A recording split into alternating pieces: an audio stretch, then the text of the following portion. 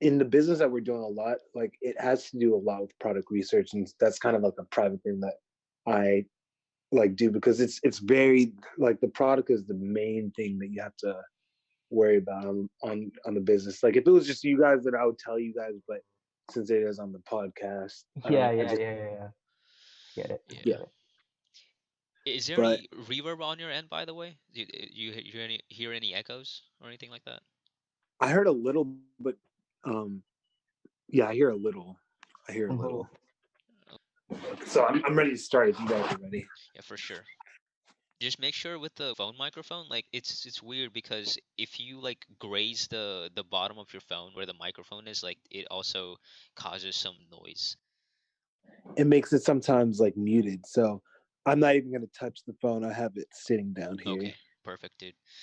Yeah, Karthik, do you want to do the countdown this time? yeah, I'll do the countdown. So we will be starting in five, four, three, two, one. Welcome back to the Time to Talk podcast. This is going to be part two of the previous episode we did on the Black Lives Matter movement a couple weeks ago. We have Justin back here with us. We're stoked that you're back, bro. Absolutely, brother. Yeah. Are you ready to get into it? Ready. Ready. Absolutely. Hell yeah, let's do it, dude.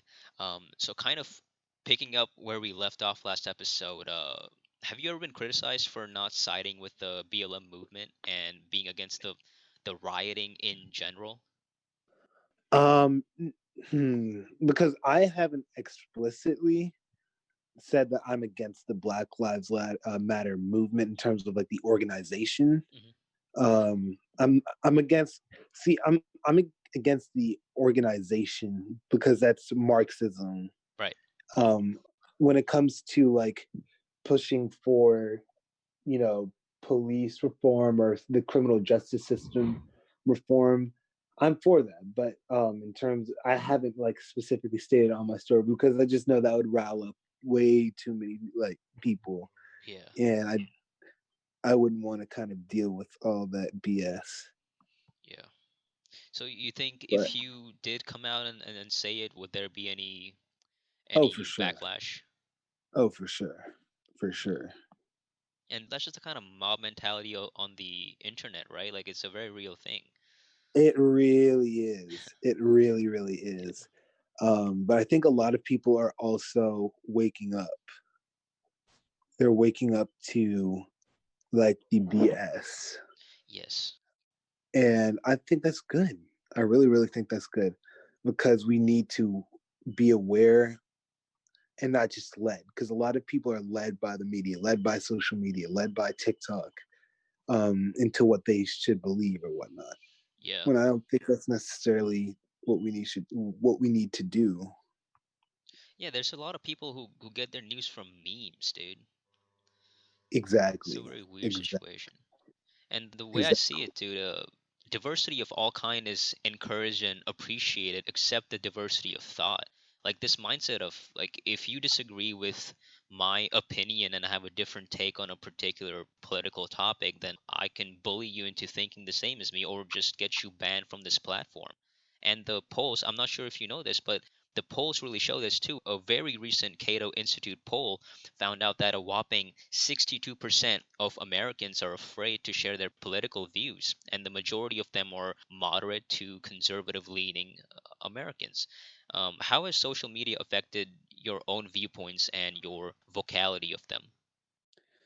I mean, honestly, now I really don't care what people have to say too much, unless it's like, as I said, unless it's like a really, really polarizing topic. Like, I wouldn't just outright go and say like, "Oh, I support such and such person," or "I support such and such policies," like on my uh, account, just because like it would raise a lot of questions. But what I'll do is I'll look at things kind of from a middle point of view. But I mean, majority of the time, like a lot of the times, it leans towards the right, my viewpoints. And so I just kind of articulate my views without explicitly necessarily saying these are conservative Mm. views. These are true conservative views. Yeah. I don't typically say that. Yeah, I I think mean, you taking that are. label away, it really changes everything because I feel like people It get really triggered does. by just the label, you know? It really does, and they put like um their own idea of what they think these people are. So even just today, there's this guy who I worked with, and he is just altogether not the most pleasant guy. And I was talking to one of my coworkers, and I was like, what's his deal? Like, I'm like trying to be nice to him, but he's just kind of an asshole. Hmm. And she was like, oh yeah, he's like that. He's sexist. And she's like, oh, and he's also a Trump supporter. And I'm just like, well, what does that have to do with Yeah, anything? what does that have to do with Um, anything? yeah, and she caught herself. She's like, "Oh, I probably shouldn't have said that. I don't want to assume people's political beliefs." And I told her straight up. I was like, some of my like majority of my family members are Trump supporters, and I'm like, it would have been completely fine, but he just like how he acts. That is like the reason why we're dealing with what we're dealing with, not because he's a Trump supporter. And Right. I Yeah, feel yeah. like they kind of set their own like almost box of what they think people on the right are, people with right leaning ideas are. And it's just like, if we had more conversations, then like open conversations, not where people are yelling at each other and stuff like that. If we had more open conversations, I think the world would be a better place, and we Absolutely. wouldn't have so many fights Hmm. with like interpolitically, like within politics. Yeah. Basically, if you explained yourself and your viewpoints and how you got to them without labeling it as Oh, for liberal or sure. Oh, conservative. for sure. Hmm. Because I've had even people who I see are for Black Lives Matter. Um, they will like reply to what I post on social media, and they'll be like, "Oh, you're actually like really, really well spoken," or "Oh, I like that stuff," basically. And it's like a lot of people are more in the middle than they realize, but they just need to be told that, really. Like they need that second viewpoint to be brought up to them, but not from a, oh, I'm a conservative, I'm a Trump supporter Yeah. Hmm. type of way. Because honestly, for the most part, I mean, not even for the most part, I really realize now that I don't like to put labels on myself. I don't necessarily consider myself one particular label. Like, I don't consider myself, a Republican. I just consider myself just an average guy who's in the middle, kind of, but more leaning right. Like, I would say centrist, but right leaning Hmm. centrist. I'm just more for common sense stuff. Like, um, I don't know why you can't be for strong borders, or why you can't be for other right leaning policies, like even Trump's stand on trade, why you can't be for those things, but you can't also be for like improving the criminal justice system, or improving um different upon different laws, or um even like, let's say, even like decriminalizing or legalizing marijuana. Like, those are even like what you might consider like leftist points that you see a lot of people on the left talk about. Like, I can't see why you can't be both. It has to be, um in my opinion, um common sense. Like, it's not like, you obviously don't want to just import random people to the country. Like, and this is kind of going into politics a little too much, like actual policies, but like, there are common sense stuff that we need. And Right. I think if you bring those common sense points up without necessarily putting a label on it, then you can have um a better chance of it getting through to that person, rather than if you put, oh, like, put that label on you. Oh, I'm a Trump supporter. Oh, I'm a conservative, and this is what I believe. Yeah. Because that polarizing statement at the first kind of discredits everything you said in their eyes. Yeah, and that's the major problem with labels, because if you're talking to someone and once they figure out that you are a conservative, then they basically start checking off boxes in their heads, and then they start assuming things about you. Like, just because, like you said, like if you are for stronger voter security, and you were talking about that to someone, then they automatically start assuming stuff about you. Yeah. But yeah, that's pretty much where I stand on that. And then I guess we can go on to the second question because we did spend a lot of time on that, and I would definitely like we can talk about policies on a different day for sure because I can go so deep into that. Oh yeah, Right, right, right. I was just pointing out the problem with labels. Yeah. Yeah, Yeah, yeah. for sure, for Okay. sure. Well, moving on to the next question. So the media keeps empowering the mob. Stories like David Dorn's, a black man who supported his community for decades, was killed over a TV in these riots. And the media willfully ignored his death just to keep this narrative of peaceful protest going. What are your thoughts on how the mainstream media has been handling the coverage of the BLM movement?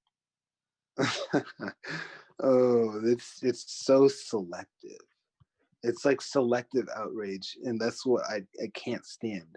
Because then you see a dumbass, excuse my language, but a dumbass like Alexandria Ocasio Cortez. She I think she said she blamed the lootings and the rioting and the Killings. robberies on people wanting a loaf of bread or something like that. Like those type of oversimplifications and putting your own narrative, like that's not only what the media do, but that's what also like high influence people do. Like the Alexandria Ocasio Cortez's, the Chrissy Teigens. I'm pretty sure you've seen her too, right? Yeah, yeah. Oh, and just real quick about AOC.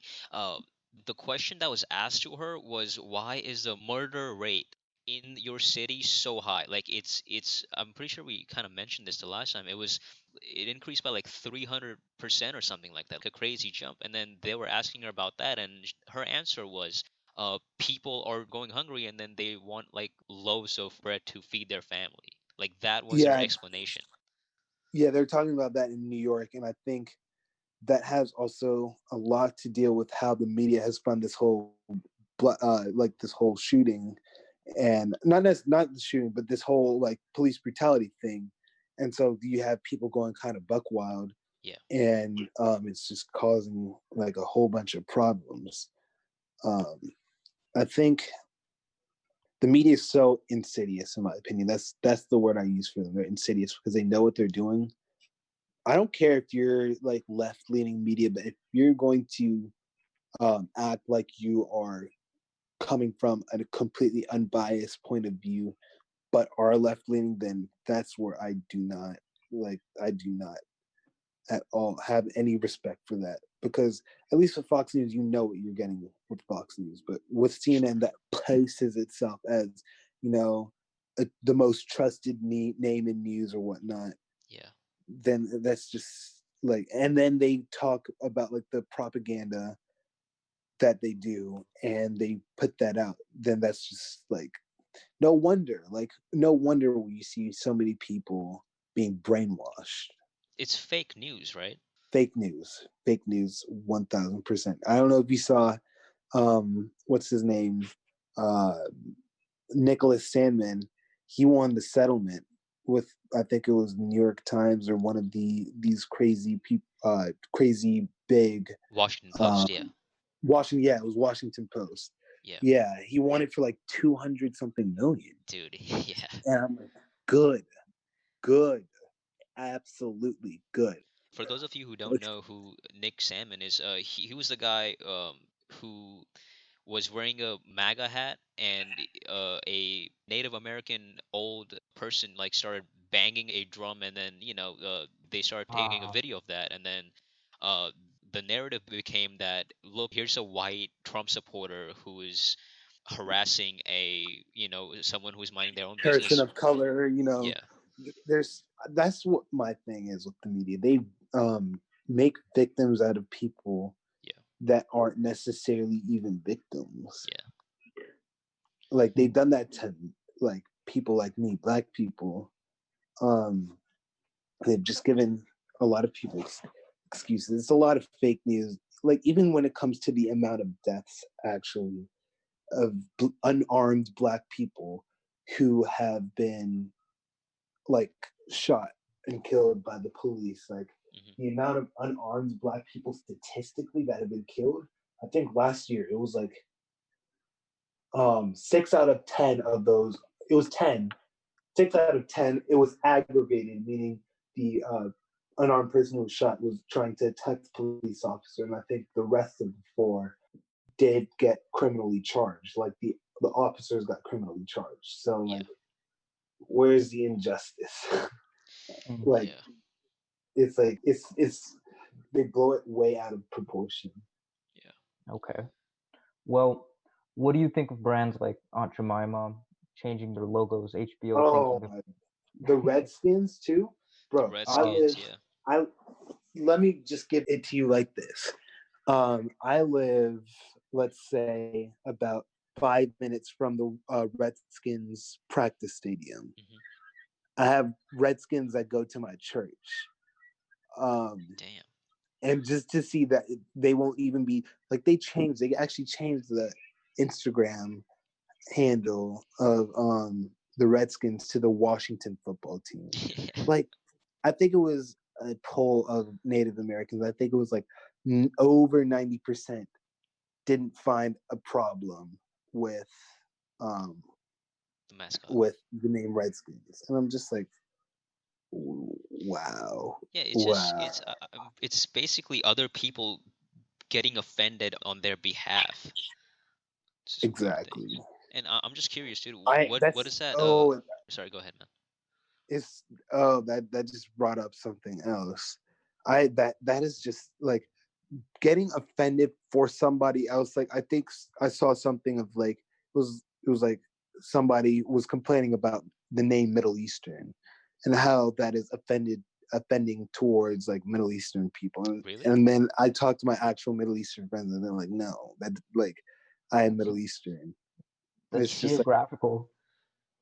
it's I exactly they're saying that that is like uh uh, a name of colonization or some BS. And I'm just like, okay, How utterly like, ridiculous.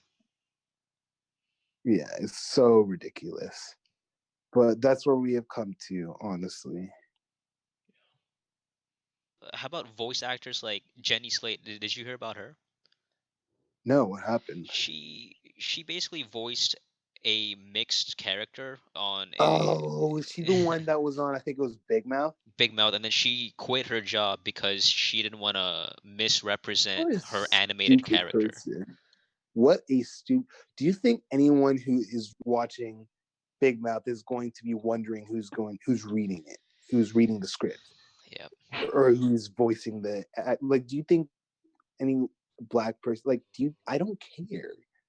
Like I don't care if if you as long as you act the part and everything is right, then it's like, come on, man. Like, and she isn't she half Jewish, and the person who she was playing was somebody who's half black, half Jewish. So she's Yes. Yes, it unless you get was. like Drake to play it, unless you get like Drake to play it, then you don't like you're gonna be at a loss either way. Exactly, and that's my thing. Like, at what point are we gonna draw the line? Because if we talk about a TV show like BoJack Horseman, do we actually need a horse to do his part?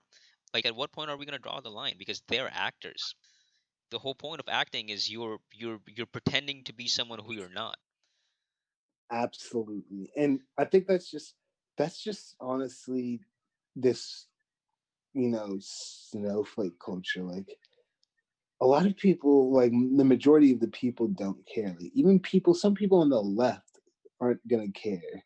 It's just the fringe far left that is really the ones pushing this. But it's like, look, I got inspired um, to be an entrepreneur by an Arab guy. I didn't need to see a black person be successful at doing business for me to be like, oh, I could do this. And that should be the same for everyone. Like you don't need, even if like let's say it was the Jewish girl who's playing, like, or even let's say it was live action. Like, I think the diversity just for diversity's sake and for representation is BS. I feel like it should be whoever is best suiting the job, because as I said, I did not get inspired by somebody who's black, and I think the notion that you only get inspired by what you see that is like you, like, I think that notion is just stupid, because it's so closed minded. Yeah. Like, if you need to see somebody of your own, like, race or skin color be successful in whatever you want to do, in whatever field you want to do, Hmm. if you need to see that just for you to, like, want to do anything, then you've already lost, in my opinion. True. You've Yeah. already That lost. is close-mindedness in itself, right? Exactly. Exactly. All right, man. Moving on to the next question. So I'm a person of color, and I personally think this whole idea of white privilege and the way it's being propped up right now is kind of bullshit. I think it just perpetuates the victim mentality, and it doesn't do any good in the world. Like, it's just dividing us even further, right? And Yeah. I think each one of us benefits from certain privileges that we get by being part of a certain group. And I'm curious to find out what your thoughts on white privilege are. So before we unbox this huge bag of worms, let's define our terms first. What do you consider white privilege to be in this context, in this conversation, Yeah, that's a in good this question. context? I'm just basing it off of the general leftist version of it, or the one that you see on social media these days, that white people have more rights or more power given to them, no matter what their income level is, no matter where they are in life. Like, they have certain power. Yeah, that's BS. That's BS, and I think Yes. that also I can we'll talk. Wow. So this is okay. I will start off by saying this to the person who's on the left who's listening to this. If there are people on the left or in the middle, I will say this: there are certain situations that white people will go through that they just won't understand from a person who is colored, like for a person who is black. Like my mom, I think I told this before. My mom, who literally is one of the most honest people that if not the most honest person I know, who she got followed around in a Lord and Taylor after she had picked up a bag that she was wanting to basically buy, and she got followed around by the manager and was saying, "Oh, she can't do this and that." Like, for the majority of the time, white people will not get like stories like that, or like random searches in your car. Like, they won't get that. But the notion that all white people, regardless of you know how much money they have, or you know their economic status, or have it better than people of color, I just think that's BS. And I think that also can go in the same way when we talk about, like, people say, oh, black people can't be racist because the system was built for white people, or white people are like over us. Like, I think that's just all BS, because what would you have to say to the white people who are in like trailer parks? They have no power. They're not in economic, like, they don't have a high economic standpoint. So, like, Right. are you going to say that they can't be racist? Like, it makes no sense, in Hmm. my opinion. And that, I think, stems from the whole white privilege nonsense. They're like, mm, it's I think the main privilege, as I talked about before, is one, American privilege, and two, the privilege of having an intact family unit. That's the only, in my opinion, and also obviously like economic status. Those are the three privileges, in my opinion. I don't think your skin color, the pigmentation of your skin, has anything to do with that. That's just a narrative from the media, one, and it's also a way of shutting white people up. Like Yeah, I agree that's wholeheartedly. it's such bullshit in my opinion. It's just trying to shut white people. Like it's like I've seen people, like white people, try to comment on certain things and they would, well, what does your white privilege as has have anything to say like that? Like I think Ben Shapiro, he was talking about abortion Hmm. with somebody who was asking him a question, and she's like, "Well, how do you?" Her literal, like, he gave facts and everything, and her literal response to anything he said or to what he said was, "Well, how can you back that up? Being a white, well-off religious man, as Yeah, if that has anything to do with it." do with Like facts. Yeah, it's all that is that white privilege nonsense is, as I said, is about shutting white people up. yeah. So, would you consider it a form of racism? Yeah, of course, of course. Mm, okay. I don't buy into the notion that there is only uh, racism by white people or all white people are racist. I don't buy into that notion. I am a individual first type of person. I judge a person based off their individual personality. I think that's what we all should do Yeah, the Hmm. because content of their character. exactly, exactly. Yeah, And like a lot of people won't even, like my friend, I'm not even gonna name names because he told me uh not to say sure. Yeah. necessarily, but he's white, but he gets super tan, and I think he told me that somebody in the neighborhood who was of Hispanic descent, he had, I think, committed a robbery, and so with his tan, he looks a little bit darker, like he could be like Hispanic. Hmm. And he said he had like 4 or 5 cop cars incident when he was just like waiting at the bus stop, come guns up. So like the notion that, no white person can be like profiled by the police, like that's even a bullshit narrative, because you don't know everyone's situation. And I feel like, you know um with this whole white privilege thing, Yeah, it really just should stop, but it will only stop if we have more open conversations. But that's also never going to stop, especially now, because the left is going farther left and they're increasingly refusing to have contact from any of the other side, and we need both sides to balance each other out. absolutely. We can't fly with one wing. Yeah. I like that a lot. What would you say to someone who just really believes in this idea of white privilege? Like I know we just went into it and talked about it, but let's say you're talking to someone right now who really believes in it. In white privilege, I would ask them first, what specific policies or rights are afforded to white people legitimately that you can see on paper, not like some BS. You know, like it can't be like a concept. It has to be legitimate. Like these, we can look at this, and that are in our current law system today Hmm. that specifically benefit white people. Uh, if you can point those out to me, then we can have a conversation. And I would be on your side if that was the case. But affirmative action, that's like almost reverse. You're making a case from a systemic racism standpoint, then.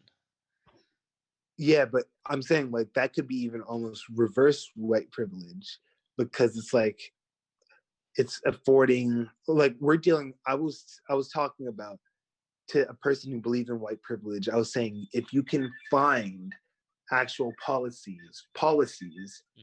that grant white people, benefits that it doesn't black people or any other person, regardless of their skin color, then I would be on your side. But I brought up affirmative action as an opposite point. That would be literally in opposition to their point. Right. Yeah. Have you seen this video of, I think this was in North Carolina, where white cops and white community members were bowing down and washing the black protesters' feet. And I'm pretty sure it was meant to be like a symbolic gesture to basically clean them of their sins, just like in the Bible book of Luke. Do you have any thoughts on that? Have you seen that, first of all?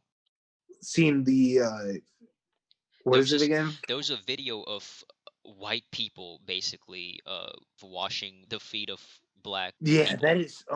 And I've seen also. I thought we're also. We could even talk about when it was the white people bowing down Yeah, to yeah, the black. Like, get up! Like, what are you doing? yeah. What are Mm. you doing? Like, you. This. Oh my god, that blows my brain.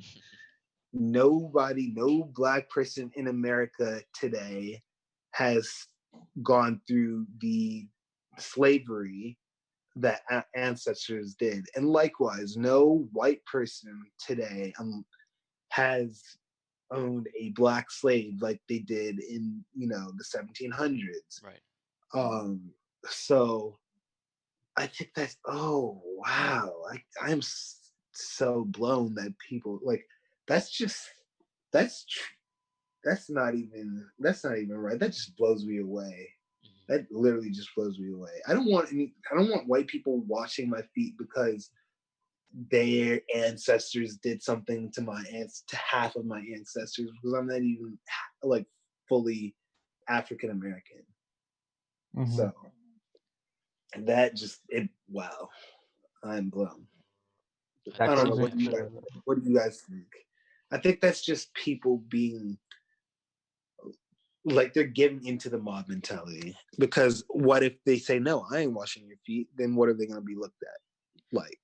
right, right. Yeah, my initial reaction was shock and just I couldn't figure out what the purpose of that was and what that's gonna accomplish. But then I started thinking about it more, and then I had the same thought process as you, because it's like I kind of put myself in a white person's shoes in that situation. Like if someone comes up to me, and if a mob comes up to me and starts demanding that I bow down and wash their feet, and I say no, I'm probably gonna get beaten by that mob. So pretty sure a lot of those people were just coerced into doing that. Exactly. I'm just wow. You would have to be really brainwashed off of the media and the Kool-Aid. Yeah. Yeah, you have to be on the Kool-Aid man to really like wow. Yeah, I'm yeah. shocked.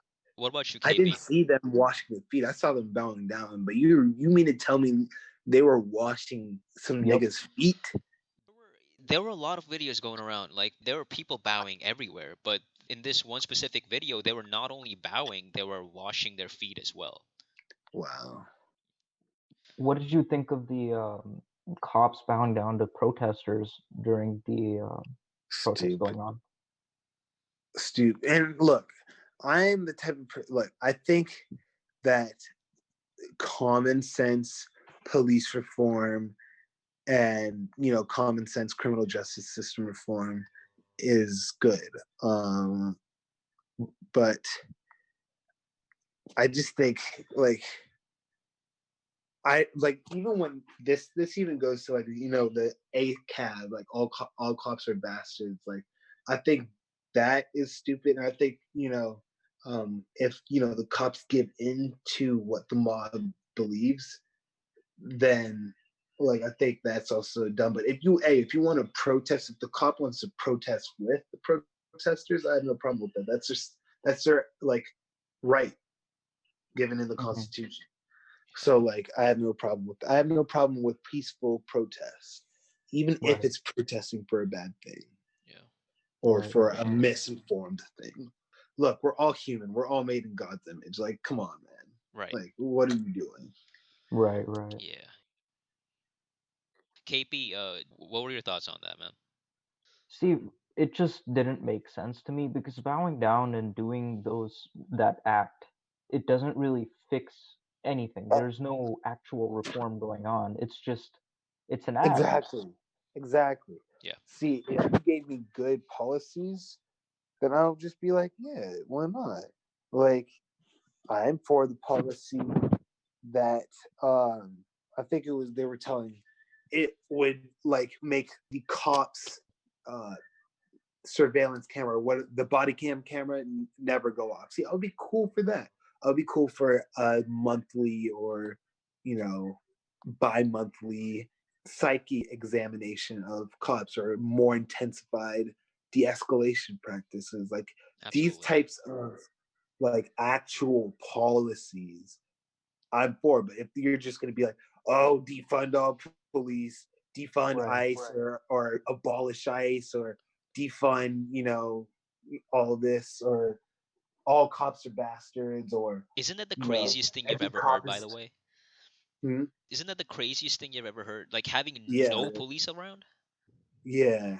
And it makes no sense. Like, even if, like, let's say I see a lot of people, their argument for defunding police is taking funding out of where they don't belong in Hmm. and giving it back to the community. But if the goal is to get, like, let's say, if let's just take uh what their premise is as right. Let's say if cops are killing black people in record numbers or in disproportionate numbers, what is taking money out of the police force for stuff that they shouldn't be in, going to, like, how's that going to help unarmed black people? Like, Right.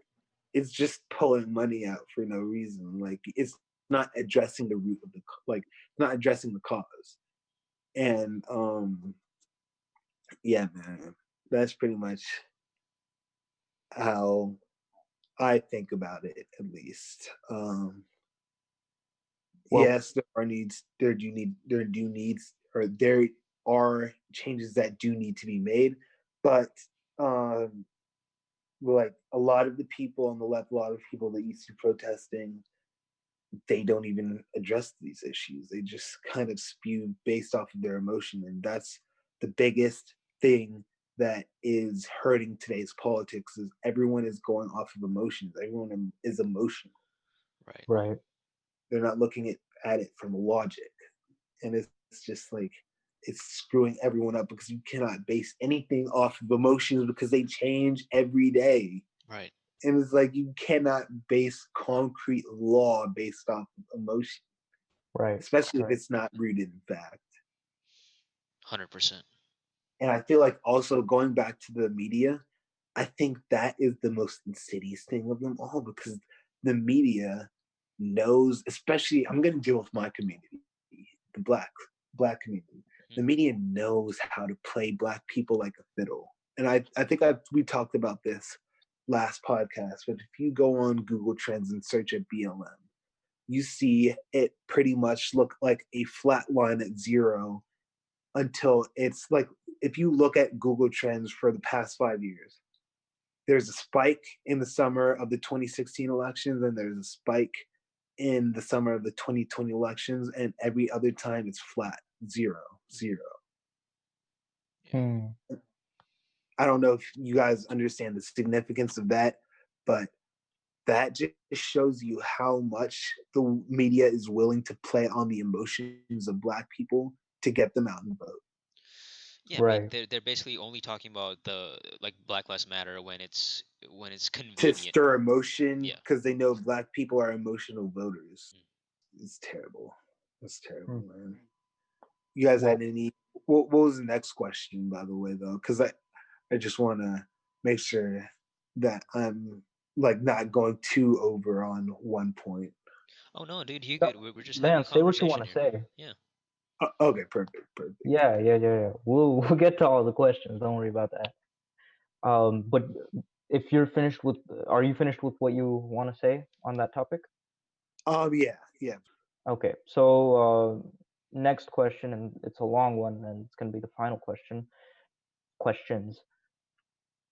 Speaking about giving back to the community, Do reparations based on past racial injustices truly fix the problem at hand, or do they instead cause No. more?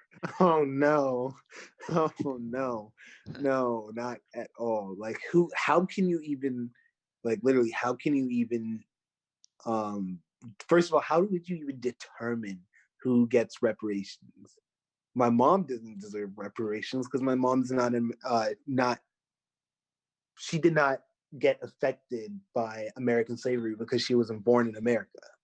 So like, Right. but she's on paper, she's a black African American, like on Right. paper, or like to the random American, Right. like she's Caribbean. But like, how do you determine that? Because there are people who have come from, like, let's say Africa after slavery, and they migrated and they've been free ever since. How do you know, like, how do you know who to give reparations to? Like, it doesn't make sense to me. Right. But Gandhi's quote, "An eye for an eye leaves the whole world blind," comes to mind. But also, I've can the never heard crimes? that before. That's actually nice. Yeah. It's a great quote. But on the other side of things, can these crimes be forgiven without repercussions or the damages being paid? I think it's too late. If you're going to do reparations, I believe reparations should have happened the day after slavery was uh, abolished. But Right. if you want to talk about any reparations, I would say, and what would actually make more sense would be if you, let's see, if you gave reparations to the people who directly got affected by, Jim Crow. I could see that, because that was, actual um, policies that hurt and affected Black people. But when we're talking about, Black people born today, like born after, the 1960s and 70s, then like that's just another free handout. That's like as if the Black community hasn't gotten enough free handouts. Like, I don't believe handouts are good, especially for our community, because Black people are such consumers. Like, it wouldn't help us, it wouldn't put us in like any higher standing economically. We would still be um majority in, not necessarily majority in poverty, but we would uh, still have those impoverished areas, because it has more to do with how we use our money versus the actual money that we have. You get what I'm saying? Hmm. Hmm. Yeah, that's pretty much where I stand on the reparations. If you're gonna do reparations, it should have been done day after surgery, or after slavery was abolished, and that they never did that. If you're going to do reparations now, it has to be only for the people who were alive and in America and Black during Jim Crow and who have suffered during that. Because, like, yeah, that's pretty much all I've had to say on the reparations. Other than that, stop complaining and asking for a handout, because, Right. Yeah. like, you're not going to become successful by getting stuff handed out to you. I have an uncle who who's over 50. He's like 50 freaking 4 or something like that. And he has no job. He just basically lives off of not only the government's handouts, but our family's handouts. Can't do anything for himself. And it's terrible. And that's what that mindset breeds. So why feed into that more with reparations? Like, what's the purpose? Hmm. Yeah. Yeah, those that's are pretty those much are what kind of it my is. thoughts on reparations, because it becomes so hard to determine who is going to be on the receiving end of the reparations. Like, let's say you're someone like Drake, like you're half white, half Black. Are you only getting half the reparations that a full Black person's getting? Like, there's Exactly. no way of there's no real way of working around that problem. Yeah, it's like, what? First of all, what problem are you even trying to solve with the reparations? Because, as I said, nobody here has been alive during slavery. So like, what problem are you trying to solve? Yeah. Like, yes, I'm not going to say that like all of the problems have been fixed since in terms of with race relations, because there's obviously still going to be people who are racist, however big that amount of people, it's up for debate. But like that problem has been fixed in terms of actually on a policy level. So like, if that problem has been fixed, then what are you trying to solve by giving reparations? Are you just trying to like give, as I said, a handout? But that's literally the Democratic platform. They just build off of more government, more government handouts, and I'm just tired of it, man. Because it's like they know what they're making us dependent on the government, Right. making the the black community dependent on the government. It's Yeah. just terrible. Would you say that the Democrats basically take your guys' vote for granted? Absolutely. Did you hear what Joe Biden said on Charlemagne the Oh yeah, God's but if show? you for me, he's like, if you have trouble on whether or not you want to vote for me or Trump, then you're not black. Like, okay, Biden, you're really like, I'm honestly just kind of waiting till November, because it's just gonna be a rude awakening. Because I'm even in my conversation, like, you guys are white, you guys are not white, Hmm. and I'm having a lot of conversations with people who are not white, but who still, support Trump, and I'm just like, see, like, these people are the people who are afraid to come out. These are the people who are just going to vote and will be silent on their social media, Yeah. or be silent on their beliefs in public, but they will vote.